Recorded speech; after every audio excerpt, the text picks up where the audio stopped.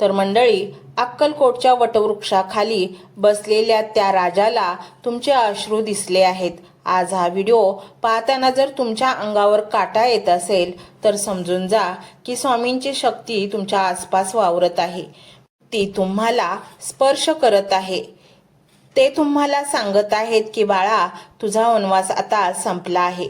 ज्या गोष्टींसाठी तू इतकी वर्ष तरसला आहेस, ज्या सुखासाठी तू दारोदार भटकला आहेस, त्या गोष्टी आता तुझ्या दारात चालून येणार आहेत.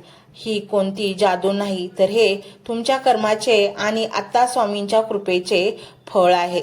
तुम्हाला निवडण्याचे एक महत्त्वाचे कारण म्हणजे स्वामींना तुमच्या हातून काहीतरी मोठं कार्य करून घ्यायचे आहे. हे सूत्र लक्षात ठेवा. ज्या माणसाला इतिहास घडवायचा असतो त्याला ईश्वर सर्वात कठीण परीक्षांना सामोरे जायला लावतो. साधं जहाज किनाऱ्यावर सुरक्षित असतात, पण वादळात जे टिकून राहतात ते जहाज नवीन खंड शोधतं. तुम्ही इतके दिवस जे भोगलं ती शिक्षा नव्हती, तर तुम्हाला खंबीर बनवण्यासाठी स्वामींनी तुम्हाला या संकटाच्या भट्टीतून तावून सुलाखून काढलं आहे. आता तुम्ही तयार झाला आहात. आता तुमची वेळ आली आहे.